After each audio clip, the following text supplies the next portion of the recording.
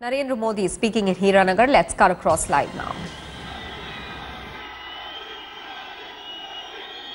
मैं सर झुकाकर आपको नमन करता हूं।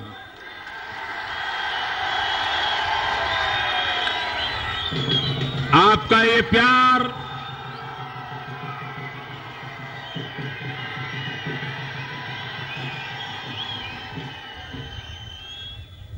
मुझे बहुत शक्ति देगा।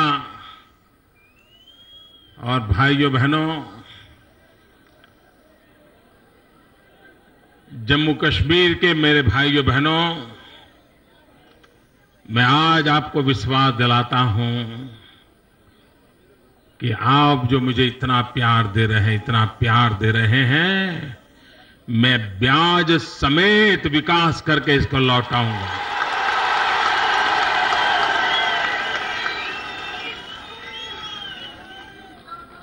भाइयों बहनों, मैं नहीं जानता हूं कि हमारे देश के मीडिया के मित्रों का इस खबर पर ध्यान जाएगा कि नहीं जाएगा।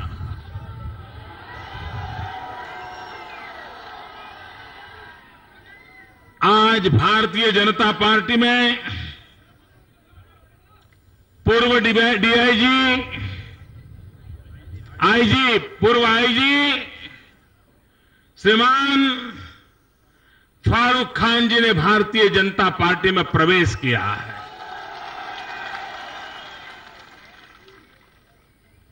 आज मेरे मित्र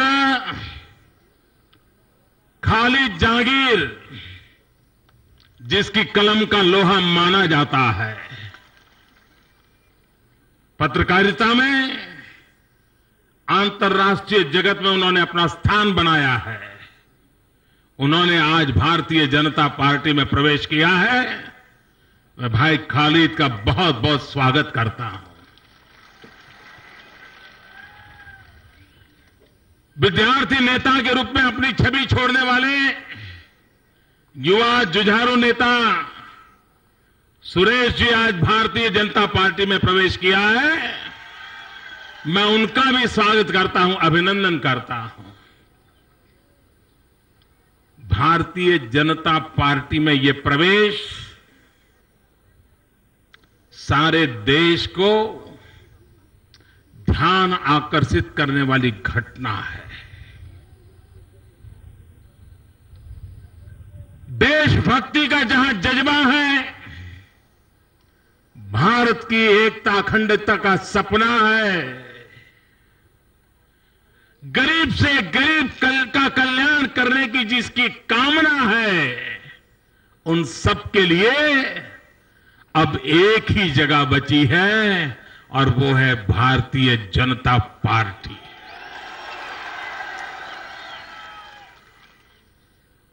भाइयों बहनों, राजनीतिक दल में मेंबरशिप होती है, हमारे यहां भी होती है, लेकिन हमारे यहां बात मेंबरशिप से अटकती नहीं है। हमारे यहां जब कोई भारतीय जनता पार्टी के परिवार में आता है तो रिलेशनशिप होती है, रिलेशनशिप। हमारा खून का रिश्ता हो जाता है।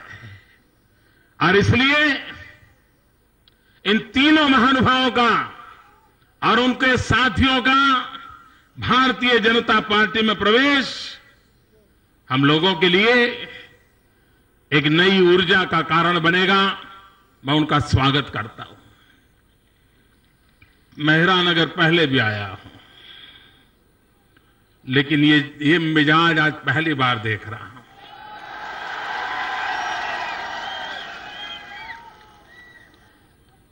ये चुनाव सभा है। चुनाव सभाएं कभी इतनी बड़ी नहीं होती हैं, रैलियां होती हैं, लेकिन आप लोगों ने कमाल कर दिया भाई।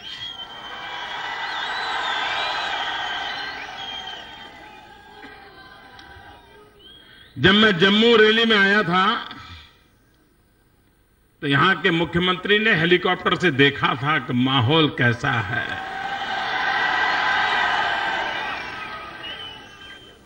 और उन्होंने इतनी तो ईमानदारी बताई थी, उन्होंने मीडिया के सामने कहा था, ट्विटर पे कहा था कि हम सोच भी नहीं सकते थे कि जम्मू कश्मीर में भारतीय जनता पार्टी का इतनी बड़ी रैली हो सकती है।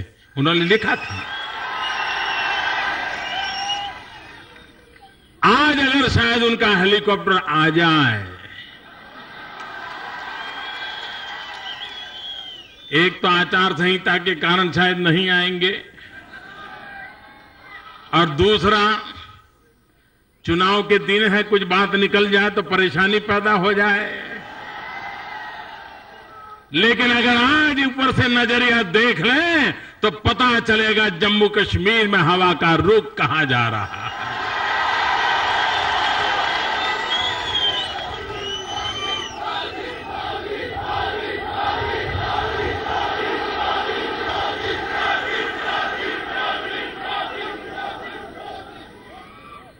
ठाकुर बलदेव सिंह की कर्मभूमि में मैं आया हूं, देश की एकता अखंडितता के लिए जहां शहादतें हुई उस पवित्र धरती पर आया हो। इतना ही नहीं, 8-10 महीने पहले पुलिस के जवानों ने देश की एकता के लिए अपने आप को बलि चढ़ाया था, आतंकवादियों के हमले के सामने शहादत मोल ली थी। ऐसी भूमि पर मैं आया। भाइयों बहनों, इस रैली का नाम है भारत विजय रैली। भाइयों बहनों, जब हम भारत विजय रैली कहते हैं तो हमारी आकांक्षा है महंगाई पर भारत विजय हो, भ्रष्टाचार पर भारत विजय हो, कुशासन पर भारत विजय हो, बेरोजगारी पर भारत विजय हो, आत्महत्या करने वाले किसानों से भारत विजय करके मुक्ति मिले। हमें बुराइयों के खिलाफ भारत विजय कराना है, हमें कुशासन के खिलाफ भारत विजय कराना है। और इसलिए भाइयों बहनों,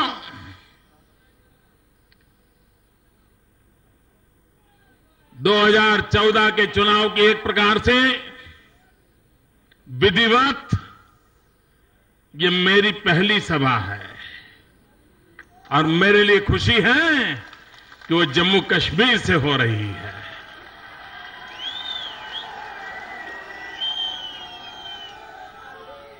आज सुबह माता वैष्णो देवी के दरबार में जाके सर झुकाया।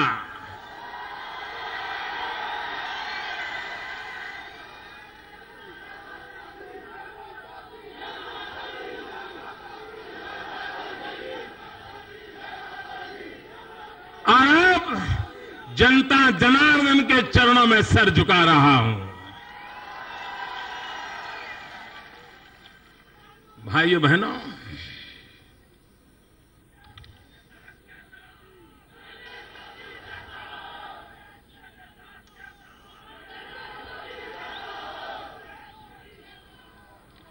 तीस 32 साल हो गए जम्मू कश्मीर की धरती लहूलुहान हो गई। आतंकवादियों ने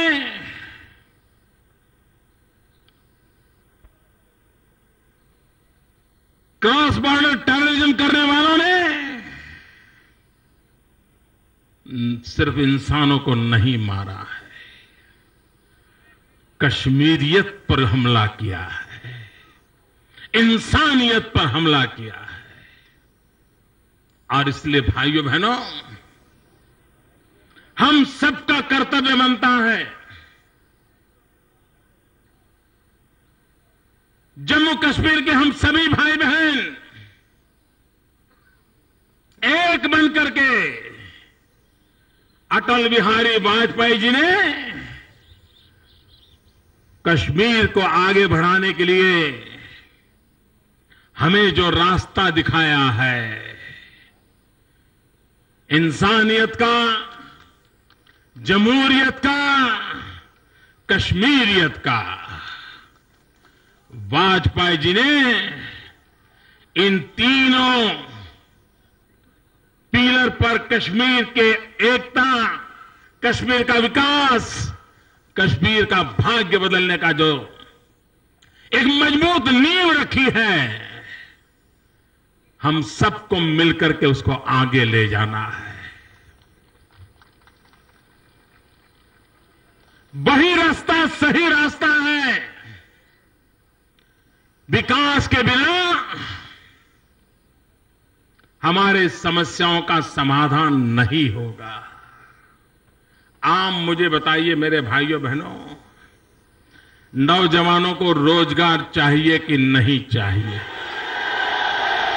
नौजवान को रोजगार चाहिए कि नहीं चाहिए? माताओं बहनों को सम्मान चाहिए कि नहीं चाहिए? गरीब से गरीब व्यक्ति को 2 टाइम पर भरपेट खाना मिलना चाहिए, नहीं मिलना चाहिए? क्या आजादी के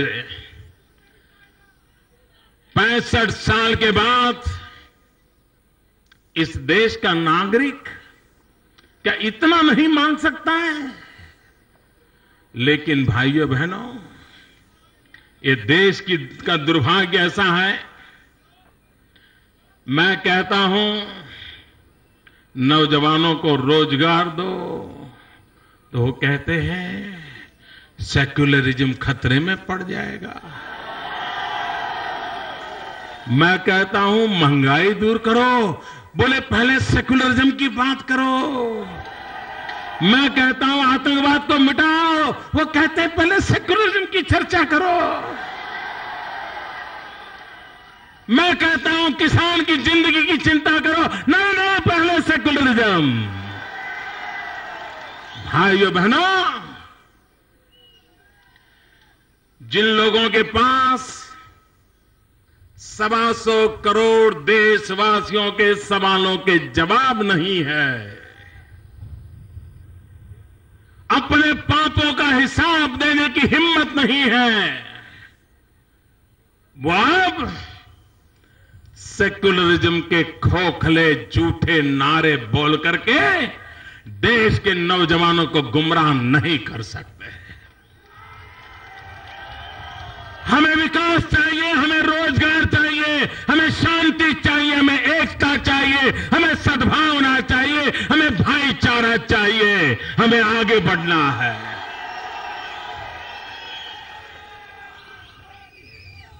लेकिन भाइयों बहनों, ये बातें उनकी राजनीति में नहीं होती है, क्योंकि मैं जिस राजनीति को कर रहा हूं उसके लिए 18-18 घंटे पसीना बहाना पड़ता है, गरीब से गरीब के आंसू पोंछने पड़ते हैं, हर दिन विकास की नई योजनाएं लेकर के दौड़ना पड़ता है। इस रास्ते पर आने की हिम्मत कांग्रेस में तो कतई नहीं है। और भाइयों बहनों, ये परिवारवाद, ये वंशवाद कब तक झेलोगे भाइयों, कब तक झेलोगे?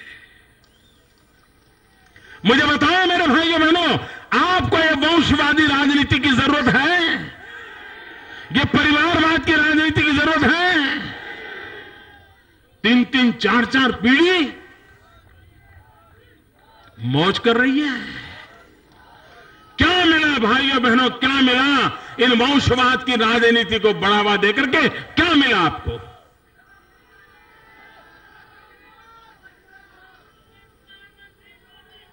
भाइयों बहनों,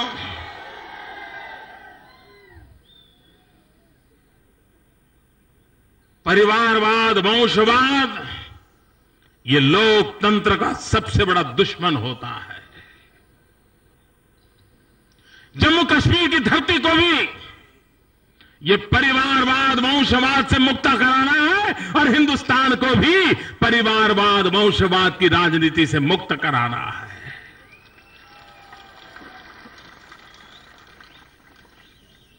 भाइयों बहनों,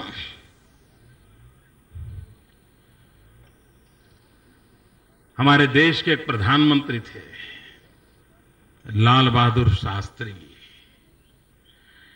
लाल बहादुर शास्त्री ने मंत्र दिया था, जय जवान,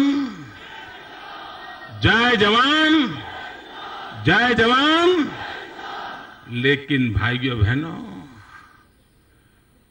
वही कांग्रेस पार्टी की सरकार, वही यूपीए की सरकार, क्या हो रहा है? जवान के सर काटे जा रहे हैं। देश की हिफाजत करने वाले, मातृभूमि की रक्षा करने वाले जवानों को मौत के घाट उतार दिया जाता है। ये पुलिस के जवान जिनके हाथ में सिर्फ डंडा है,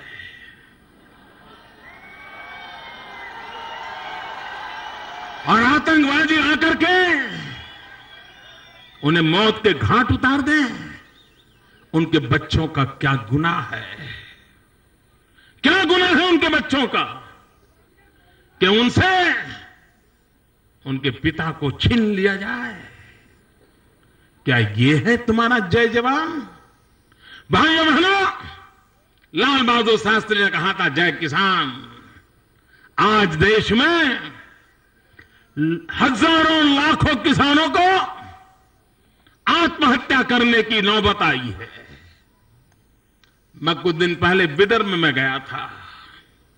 विदर्भ का कोई गांव ऐसा नहीं है कि जहां किसान ने आत्महत्या न की हो। भाइयों बहनों, लाल बहादुर शास्त्री के शब्दों को याद करता हूं। कहां गए वो मंत्र जय जवान जय किसान के? आज की कांग्रेस का तो नया नारा मुझे लगता है, आज के यूपीए का तो मुझे नया नारा लगता है। लाल बहादुर शास्त्री कहते थे जय जवान जय किसान, आज की कांग्रेस कहती है मर जवान मर किसान।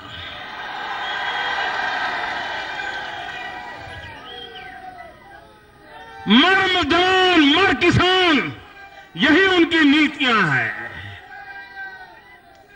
भाइयों बहनों, कोई मुझे बताएं, दुनिया में ऐसा कोई देश सुना है क्या कि जहां लाखों की तादाद में पाकिस्तान से मेरे विस्थापित भाई आकर के हिंदुस्तान के नागरिक बनने के लिए 4-4 दशक से तड़प रहे हो? मां भारती को आजीजी करते हुए, मां तू मुझे अपनी गोद में ले ले। मेरे विस्थापित भाइयों बहनों को क्या गुनाह है? पाक ऑक्युपाइड कश्मीर से कितनी बड़ी मात्रा में हमारे भाइयों को आना पड़ा। श्रीनगर और कश्मीर वैली में कितने हमारे पंडितों को घर बार छोड़ करके निकलना पड़ा। भाइयों बहनों, 40 साल तक जिन्होंने इनकी उपेक्षा की है,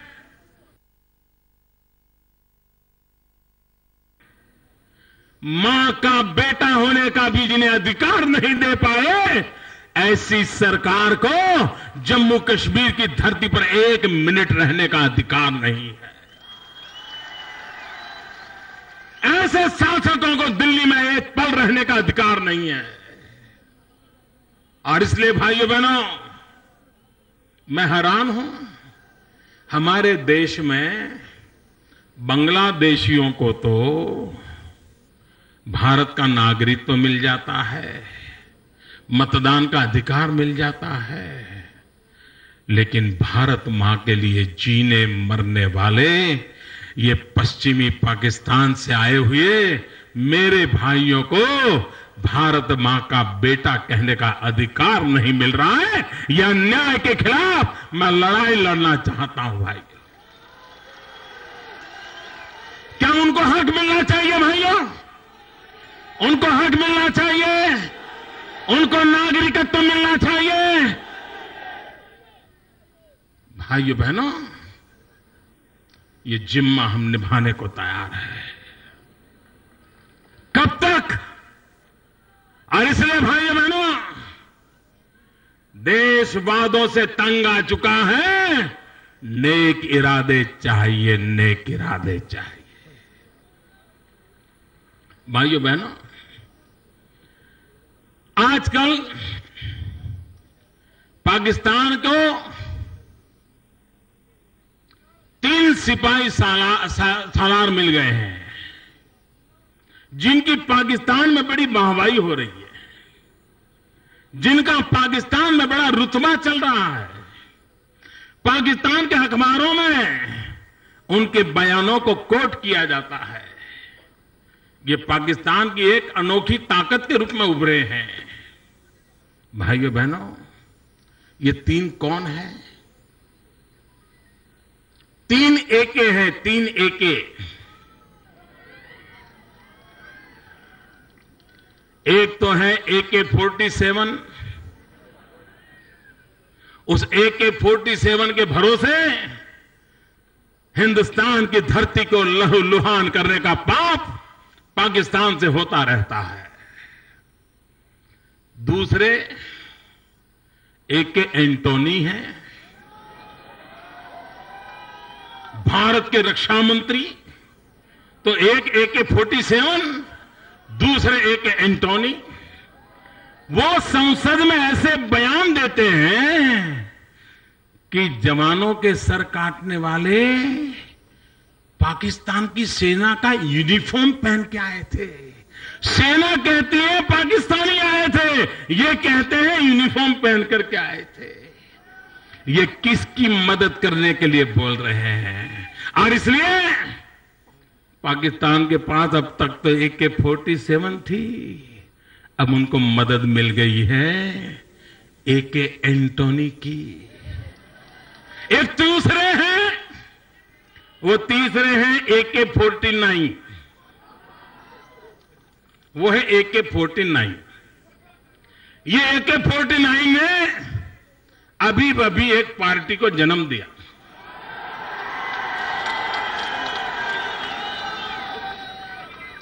और उनकी पार्टी की वेबसाइट पे, ऑफिशियल वेबसाइट पे उन्होंने जो नक्शा रखा है, उसमें कश्मीर उन्होंने पाकिस्तान को दे दिया है। ये तीसरे AK-49 के एक सिपाही सालार हैं, उनके बड़े साथी। वो चिक चिक करके कह रहे हैं जनमत संग्रह होना चाहिए, और पाकिस्तान इनके बयानों से नाच रहा है। पाकिस्तान के अखबार भरे पड़े हैं। भाइयों बहनों, ये पाकिस्तान के एजेंट, हिंदुस्तान के दुश्मन, जिस कश्मीर के लिए डॉक्टर श्यामा प्रसाद मुखर्जी ने बलिदान दिया, जिस कश्मीर के लिए युद्ध में जितने जवान शहीद नहीं हुए, उससे ज्यादा जवान शहीद हुए, उसके लिए पाकिस्तान की भाषा बोल रहा, पाकिस्तान की भाषा में बात कर रहा। और इसलिए भाइयों बहनों, पाकिस्तान को AK बहुत लाभ में जा रहे हैं। हमें इनको पहचानने की आवश्यकता है, हमें इनको जानने की आवश्यकता है। भाइयों बहनों, कांग्रेस के एक नेता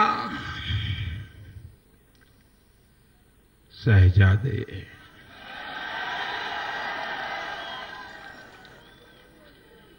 वो कहते हैं कांग्रेस एक सोच है, सोच। मैं कहता हूं कांग्रेस सोच में पड़ गई है।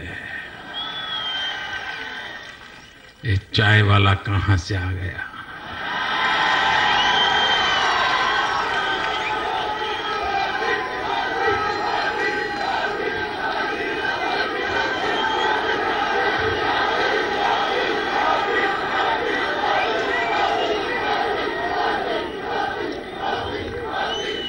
को बड़ी पीड़ा है। और ये कांग्रेस पार्टी है जहां लोग कभी गुलाम हो जाते हैं तो कभी आजाद हो जाते हैं। भाइयों बहनों, वो कहते हैं कांग्रेस एक सोच है। मैं शाहजादे से कहना चाहता हूं, देश आपकी सोच के कारण तबाह हो चुका है।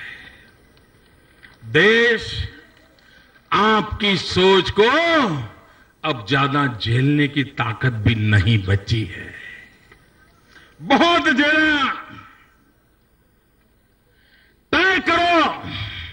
आप मुझे बताइए भाइयों बहनों, कांग्रेस एक सोच है। क्या जम्मू कश्मीर की सोच पंडित नेहरू की सोच थी कि नहीं थी? क्या जम्मू कश्मीर का भला हुआ क्या? अगर सरदार पटेल की सोच होती तो कश्मीर का भला होता या ना होता? तय देश को करना है कि सोच पे आगे बढ़ना है। भाइयों बहनों, कश्मीर के लिए डॉक्टर श्यामा प्रसाद मुखर्जी की सोच सही थी कि शेख अब्दुल्ला, उनके पिताजी, इनकी सोच सही थी। भाइयों बहनों, ये कांग्रेस की सोच, ये अटल बिहारी वाजपेयी की सोच देखिए, जिन्होंने वर्षों बाद कश्मीर में एक विश्वास पैदा किया था, कश्मीर के नौजवान में एक आशा पैदा की थी। जम्मू कश्मीर के नौजवानों को लगता था कि अब हमारे अच्छे दिन आएंगे। और मैं कहता हूं भाइयों, अटल जी को एक 5 साल और मिल जाते ना, जम्मू कश्मीर की शक्ल सूरत बदल जाती थी।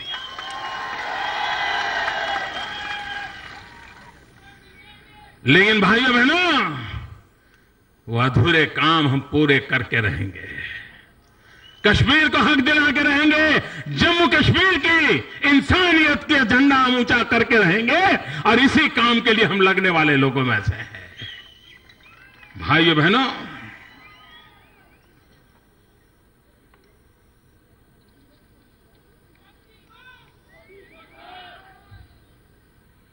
मैं पूछना चाहता हूं, देश में इतना भ्रष्टाचार फैला हुआ है, इतना भ्रष्टाचार फैला हुआ है, लेकिन भाइयों बहनों, प्रिवेंशन ऑफ करप्शन एक्ट बहुत गंभीर बात है। मैं देश के पंडितों से कहना चाहता हूं, प्रिवेंशन ऑफ करप्शन एक्ट ये जम्मू कश्मीर की धरती पर लागू क्यों नहीं किया गया है? सारे देश में लागू किया गया है। और जो आए दिन लोकपाल के नाम पर गाने बाने करते रहते हैं, उनके दिलो दिमाग में बात क्यों नहीं आती है कि जम्मू कश्मीर की धरती पर प्रिवेंशन ऑफ करप्शन एक्ट, क्या भाइयों बहनों भ्रष्टाचार से मुक्ति चाहिए कि नहीं चाहिए? भ्रष्टाचार ने तबाह किया है कि नहीं किया है? आपका भविष्य खतरे में पड़ा है कि नहीं पड़ा है? क्या इसको रोकना चाहिए कि नहीं रोकना चाहिए? ये नहीं रोक सकते, ये नहीं रोक सकते, क्योंकि इनके हाथ काले हैं। और इसलिए मैं कहता हूं भाइयों बहनों, राजीव गांधी कहते थे, और तब तो हिंदुस्तान में पंचायत से पार्लियामेंट तक सिर्फ कांग्रेस का राज हुआ करता था। वो कहते थे, दिल्ली से 1 रुपया निकलता है, गांव जाते जाते 15 पैसा हो जाता है। वो कौन सा पंजा था जो रुपये का 15 पैसा कर देता था?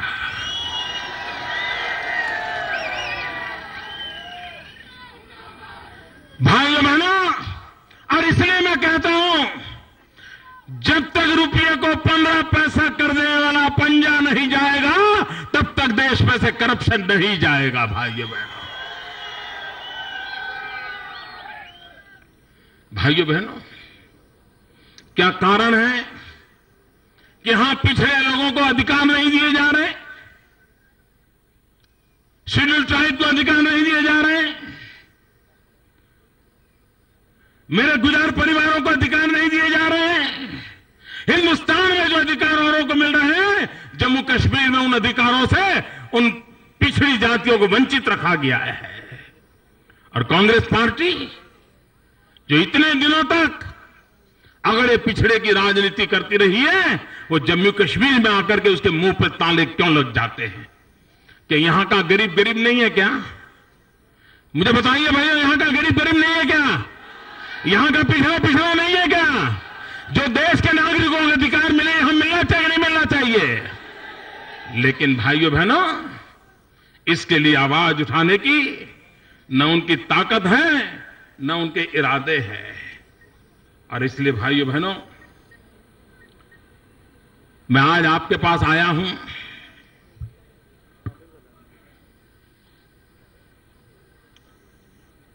चुनाव का ब्यूगल बज चुका है। मैं नौजवानों से इरादा लेकर के आया हूं। आपके मां बाप को जैसी जिंदगी गुजारनी पड़ी, क्या आप वैसी जिंदगी गुजारना चाहते हो? आपके मां बाप को जो कठिनाइयां झेलनी पड़ी, आपको झेलनी है? क्या आपके बच्चों को ऐसी मुसीबतों में जीने के लिए मजबूर करना है? अगर नहीं करना है तो मुझ पे भरोसा करो। उस जड़ी बूटी का नाम है विकास।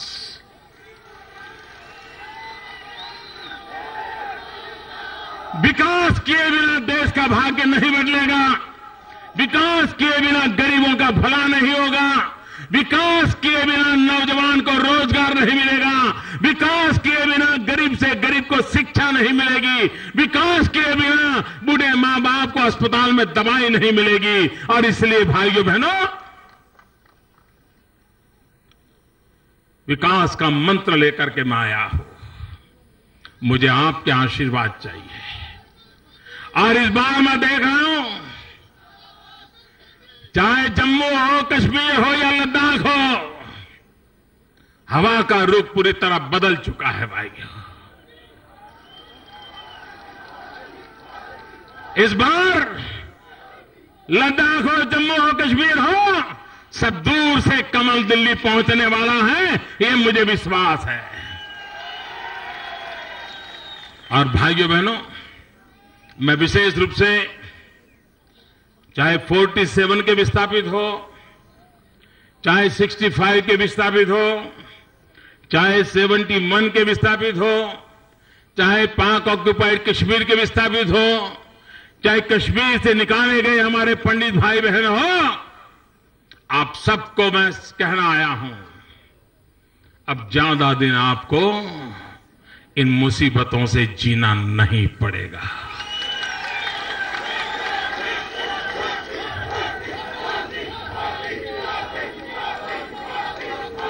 हर हिंदुस्तानी को न्याय मिले, उसके अधिकार की रक्षा हो,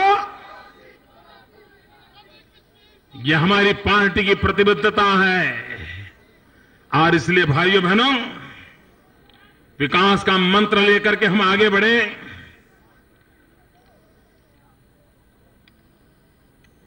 भारत को नई ऊंचाइयों पर ले जाएं। राजनीति बहुत हो चुकी, राष्ट्र नीति का मंत्र लेकर के आगे बढ़े। आपने मेरा स्वागत किया, सम्मान किया, और इस चुनाव अभियान की मेरी पहली भारत विजय रैली इतनी बड़ी मात्रा में आपने सफल बनाई। मैं फिर एक बार इस धरती को नमन करता हूं, आपका अभिनंदन करता हूं।